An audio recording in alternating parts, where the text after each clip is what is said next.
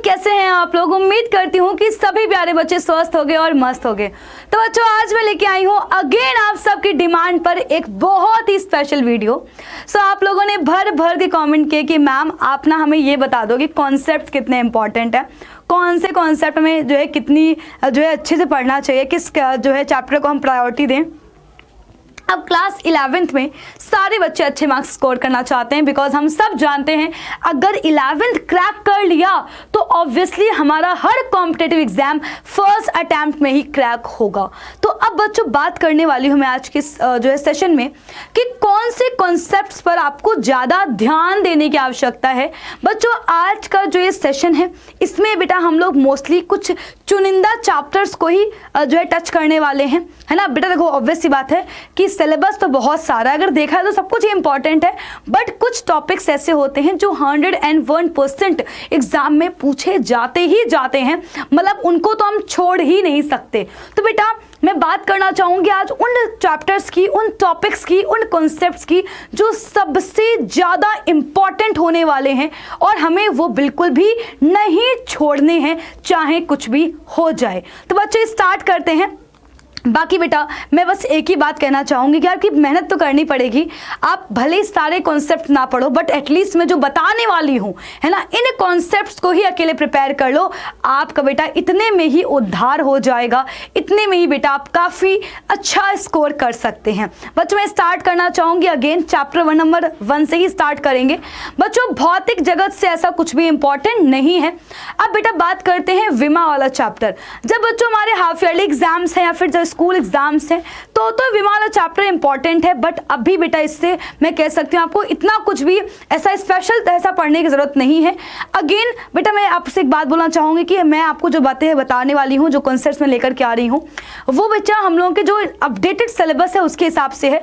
अगर हम लोग इसके पहले वाले सिलेबस में देखें तो एरर यानी कि त्रुटि एक बहुत ही इंपॉर्टेंट कॉन्सेप्ट हुआ करता था, बट अभी इस बार का जो नया सिलेबस है उससे त्रुटि हटा दिया गया है। तो बेटा त्रुटि भी हमें अच्छे से जो है नहीं पढ़ना, ऑब्वियस सी बात है, वो कॉन्सेप्ट है ही नहीं। अब बेटा देखो जो विमीय सूत्र हैं वो सब हमें बनाने आते हैं, उससे बेटा मुश्किल से आपका 1 या 2 नंबर का क्वेश्चन पूछा जाएगा, राइट। तो बच्चों यहाँ पर चैप्टर के नाम लिखते आते हैं तो और क्लियर होता जाएगा। अगर मैं बात करती हूँ पहला भौतिक जगत, तो ये क्या होगा, इससे कुछ भी इंपॉर्टेंट नहीं है। बात करते हैं मात्रक एवं मापन, तो बच्चों इससे भी कुछ इतना इंपॉर्टेंट नहीं है जो हमें टॉप करवा पाए, राइट। अगेन मैं 1-1 नंबर की बात नहीं कर रही हूँ यहाँ पर, 1-1 नंबर वाले कॉन्सेप्ट्स ऑब्वियसली अगर मैं आपने कल मेरी इंपॉर्टेंट एग्जाम स्पेशल क्लासेस ही देखी होंगी उससे ही हो जाएगा अगर आप जो है पढ़ते जाओगे, राइट। जो बेटा जी 3rd चैप्टर है हमारा सरल रेखा में गति।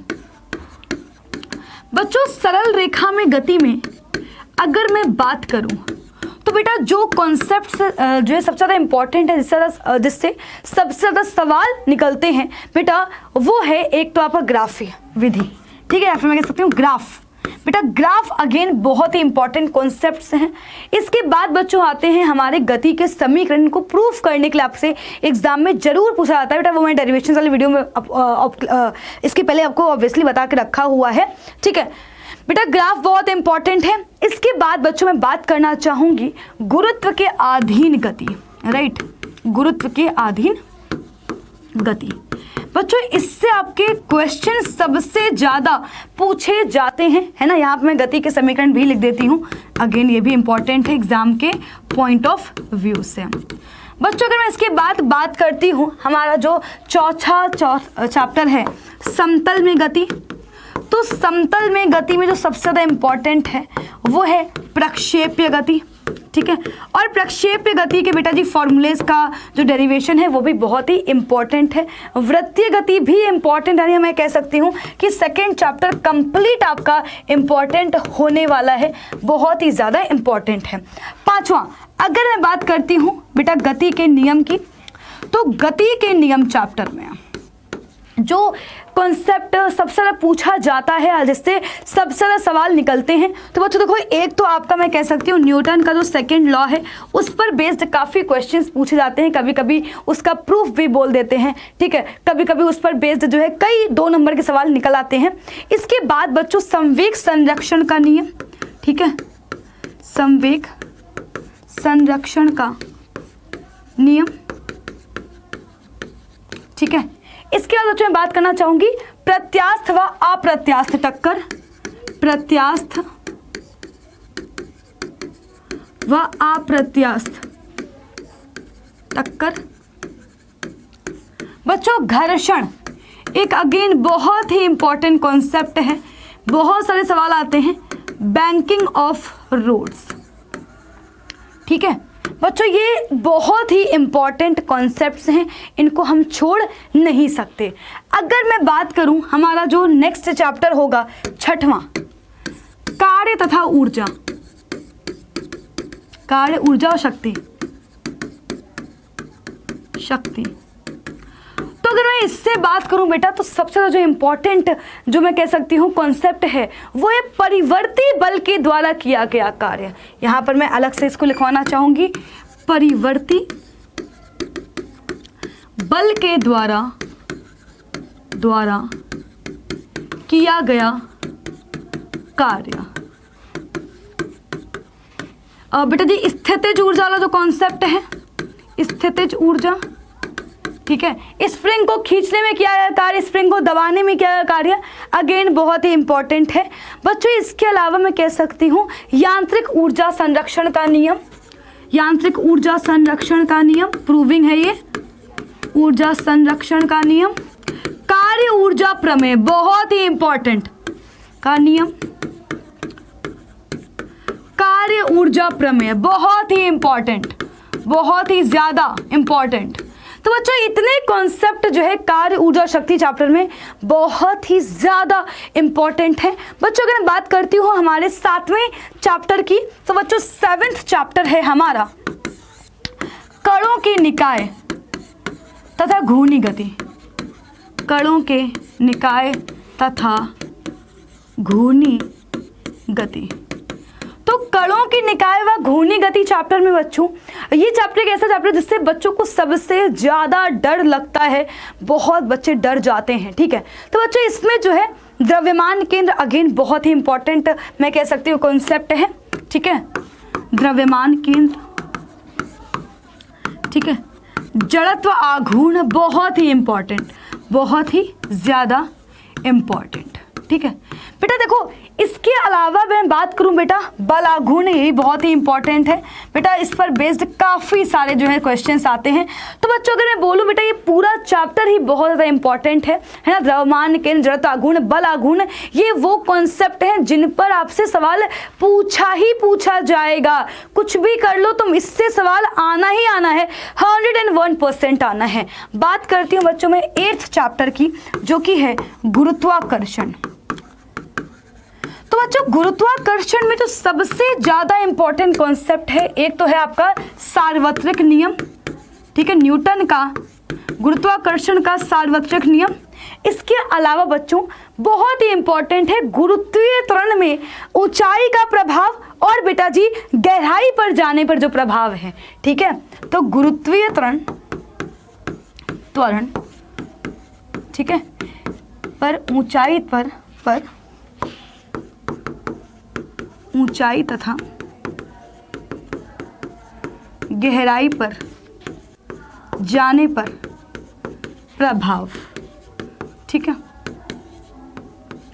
बच्चों। इसके अलावा भी हमारे काफ़ी इसमें कॉन्सेप्ट हैं, जैसे कि बेटा जी इसमें भी हम लोग बात करते हैं कि जो है स्थितिज ऊर्जा के बेटा बारे में, इसमें ही बात करते हैं। इस चैप्टर में बेटा जो हम लोग बात करते हैं पोटेंशियल एनर्जी की, कि अगर कोई जो है हमारे पास बेटा जी कोई अगर ऑब्जेक्ट है, उस ऑब्जेक्ट का धरती की सतह पर स्थितिज ऊर्जा क्या होगी, राइट। हम इसको अगर जो है मान लो थोड़ा सा h ऊंचाई पर लेके जाएंगे तब स्थितिज ऊर्जा क्या होगी, अगर हम किसी को v वेग से फेंकेंगे तब क्या होगा बेटा। यानी कि इसमें ये कॉन्सेप्ट भी इंपॉर्टेंट बेटा जी। एक बहुत ही इंपॉर्टेंट कॉन्सेप्ट है जो कि है पलायन वेग का, अगेन बहुत ही इंपॉर्टेंट बच्चों कॉन्सेप्ट है बेटा। इससे डेरिवेशन भी आता है पलायन वेग का, और बेटा इससे काफ़ी सारे सवाल पूछे जा सकते हैं, जैसे कि आपसे थ्योरी वाले क्वेश्चन पूछे जा सकते हैं कि पृथ्वी के पास अपना वायुमंडल है पर चंद्रमा के पास वायुमंडल क्यों नहीं है, या शनि ग्रह और जो बृहस्पति ग्रह हैं उन पर जो है कह सकते हैं इतना घना वायुमंडल क्यों है।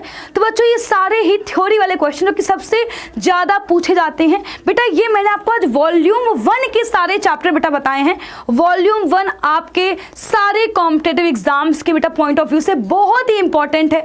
अगर तुम 11th में टॉप करना चाहते हो तुम कुछ मत करो, बस इन कॉन्सेप्ट्स को ही प्रिपेयर कर लो। ज़्यादा बेटा देखो ऑब्वियस सी बात है, देखो सिलेबस ज़्यादा है ही है, पर अगर तुमने केवल इन कॉन्सेप्ट पर पकड़ बना ली तो बेटा तुम ये मान लो कि आपको अच्छे मार्क्स स्कोर करने से कोई नहीं रोक सकता। ये वो कॉन्सेप्ट है बेटा जो तुम्हें बेटा अपना ड्रीम कॉलेज बेटा जो है दिलवा सकते हैं। ये वो कॉन्सेप्ट हैं जो तुम्हारा एग्जाम क्रैक करवा सकते हैं। ये वो कॉन्सेप्ट है बेटा जो है तुम्हें एग्जाम में टॉप करवा सकते हैं क्लास 11th स्कूल एग्जाम में। बेटा ये सारे कॉन्सेप्ट बहुत अच्छे से तैयार कर लेने हैं, पढ़ लेना है इनको, इनके बेटा जो है क्वेश्चन सॉल्व कर लेने हैं। बाकी बेटा जब हम लोग वॉल्यूम 2 स्टार्ट करेंगे तो बच्चों वॉल्यूम 2 के बेटा जी कंप्लीट वॉल्यूम 2 के कौन से इंपॉर्टेंट कॉन्सेप्ट हैं वो भी मैं आपको बताऊंगी, राइट। तो अगर हम लोग बात करें बेटा भौतिक जगत की, राइट बेटा अगर हम बात करें हमारा सबसे पहला चैप्टर है, सबसे फर्स्ट चैप्टर है भौतिक जगत, राइट।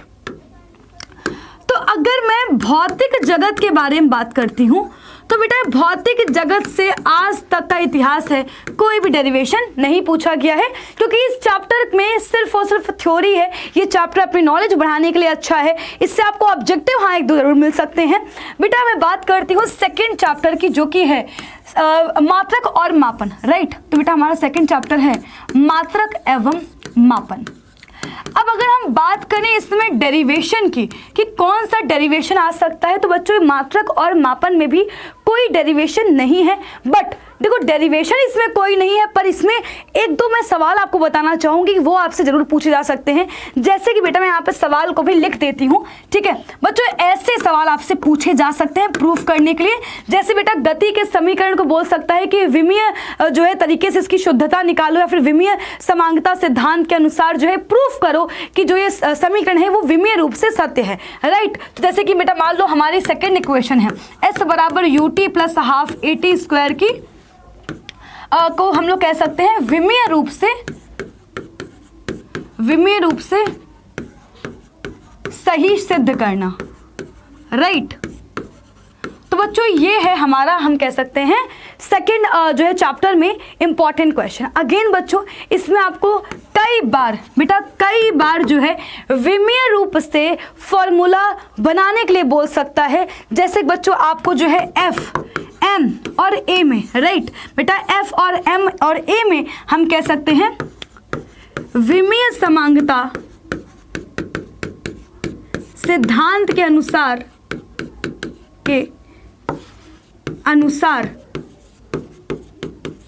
संबंध स्थापित करना। बेटा ऐसे बहुत सारी इक्वेशन आपसे पूछी जा सकती हैं, स्थापित करना। बेटा बहुत सारी बेटा इक्वेशन पूछी जा सकती हैं। इसमें एक बहुत ही फेवरेट क्वेश्चन है टीचर्स का। बच्चों भले हम लोगों ने अभी स्टार्टिंग में आवर्तकाल नहीं पढ़ा है, बट बेटा आवर्तकाल का जो फॉर्मूला है उसको प्रूफ करने के लिए बहुत बार एग्जाम में पूछा जाता है। टी बराबर 2 pi under root L upon G. इस वाले फॉर्मूले को भी आपको जो है संबंध स्थापित करने के लिए बोल सकता है। अगर बेटा मैं बात करूं हमारे थर्ड चैप्टर की जो कि है सरल रेखा में गति। अगर हम सरल रेखा में गति चैप्टर को देखेंगे तो बेटा इस चैप्टर में आपको जो सबसे ज्यादा जो पूछा जाने वाला सवाल है डेरिवेशन के टर्म्स में वो है गति के समीकरणों को ग्राफीय रूप से सिद्ध करना। गति के समीकरणों को ग्राफीय विधि से सिद्ध करना। और बेटा कलन विधि भी पूछी जाती है, ग्राफीय विधि से सिद्ध करना। बेटा कलन विधि भी आपको आनी चाहिए। अगर कलन विधि नहीं आती है तो बेटा जी आपके लिए थोड़ी सी दिक्कत हो सकती है। अगर एग्जाम में स्पेसिफिकली पूछ लिया है भाई कलन विधि से ही सेकंड इक्वेशन को प्रूफ करना है, और इसमें बेटा जो है सेकंड एंड थर्ड इक्वेशन सबसे ज्यादा पूछी जाती है। सेकंड एंड थर्ड इक्वेशन सबसे ज़्यादा पूछी जाती है। अगर बच्चों मैं डेरिवेशन की टर्म से बात करूं तो बेटा इसमें सिर्फ और सिर्फ इतना ही आता है, बाकी इसमें बेटा जी किसी भी फॉर्मूले को डिराइव करना नहीं बताया गया है, ना ही इसमें और कोई डेरिवेशन है। अगर बेटा मैं बात करूं हमारे चौथे चैप्टर की, तो बेटा चौथा चैप्टर है समतल में गति, जिसमें बहुत सारे डेरिवेशन हैं। अच्छी बात यह है बेटा कि इसमें काफ़ी सारे डेरिवेशन हट भी गए, जैसे वेक्टर वाले में बेटा जिन मैं बात करूं तो जो है सदिशों का हम कह सकते हैं समांतर चतुर्भुज का योग का नियम, बच्चों उसका डेरिवेशन बहुत बार पूछा जाता था, बट आपके सिलेबस से इस बार हटा दिया गया है, तो उसके लिए आपको परेशान नहीं होना है। लॉ ऑफ पैरेललोग्राम वेक्टर्स का ये आपको तैयार नहीं करना है बेटा, बस फॉर्मूला हमें ध्यान रखना, क्योंकि वो जो फॉर्मूला है उससे बहुत सारे सवाल हमसे सॉल्व होंगे। अगर बच्चों मैं बात करूं कि कौन से डेरिवेशन हमें तैयार करने चाहिए इसमें, तो बेटा इसमें मैं आपको सलाह देना चाहूंगी कि प्रक्षेप्य का पथ परवलयाकार होता है, सबसे ज्यादा एग्जाम में पूछा जाने वाला सवाल। प्रक्षेप्य पथ परवलयाकार होता है, सबसे ज्यादा ये पूछा जाता है बेटा। इसके बाद अगला अगर मैं बात करूं बेटा, तो आपसे उड्डयन काल के लिए भी फॉर्मूला सबसे ज्यादा डिराइव करवाया जाता है, राइट।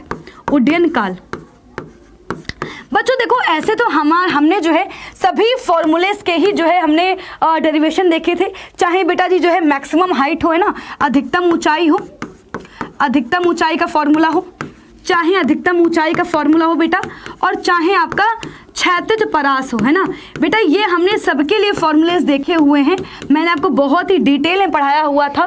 तो बच्चों लेकिन इन चारों में से अगर मैं बात करूं आपसे, तो ये दोनों सबसे ज्यादा पूछे जाते हैं।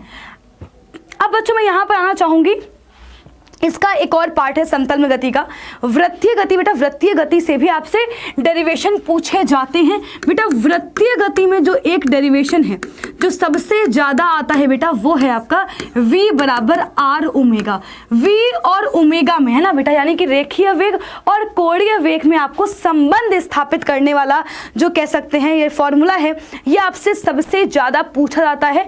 बच्चों अभिकेंद्रीय त्वरण का जो फॉर्मूला है वो बेटा जी मैं कह सकती हूँ अब इतना ज्यादा नहीं आता है, पहले काफी ज्यादा पूछा जाता था, बट अभी मैं कह सकती हूँ कि आपको इतने जो डेरिवेशन से आपको तैयार कर लेने हैं।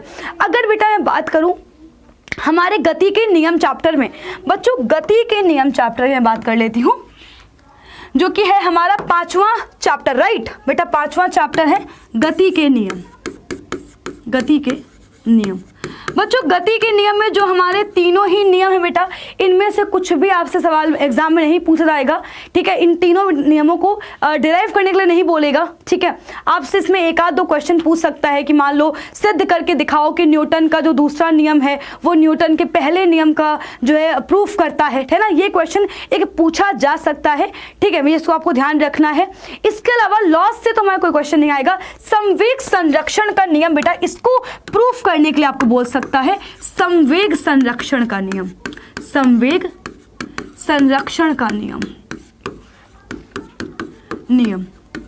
बेटा। इसके अलावा आपसे प्रत्यास्थ और अप्रत्यास्थ टक्कर भी पूछ सकता है, जो कि मैं कह सकती हूं संवेग संरक्षण के नियम पर ही आधारित होते हैं। प्रत्यास्थ व अप्रत्यास्थ टक्कर, प्रत्यास्थ व अप्रत्यास्थ टक्कर। और बच्चों एक कॉन्सेप्ट आता है बैंकिंग ऑफ रोड्स, ठीक है, बैंकिंग ऑफ रोड्स। उसमें बच्चों आपसे जो है जो हमारे हम कह सकते हैं सवाल पूछा जा सकता है कि किस वेलोसिटी से हम निकलें कि जो है गाड़ी ना गिरे, ठीक है। घुमावदार रोड पर जो है कैसे हमें कितनी वेलोसिटी से निकलना चाहिए कि जो है गाड़ी ना गिरे, तो बेटा उसके लिए आपको जो है फॉर्मूला ड्राइव करने के लिए बोल सकता है। तो बच्चों ये मेरे ख्याल से लगता है कि ये जो कॉन्सेप्ट है बेटा, ये आपके मैं कह सकते कॉम्पिटेटिव एग्जाम के लेवल पे बहुत ज़्यादा इंपॉर्टेंट है। तो बच्चों अभी आपके हाफ ईयरली एग्जाम में ये 5 चैप्टर्स आ रहे हैं, इन 5 चैप्टर्स में कौन से आपको जो है कॉन्सेप्ट तैयार करके जाने हैं ये मैंने आपको बता दिया है।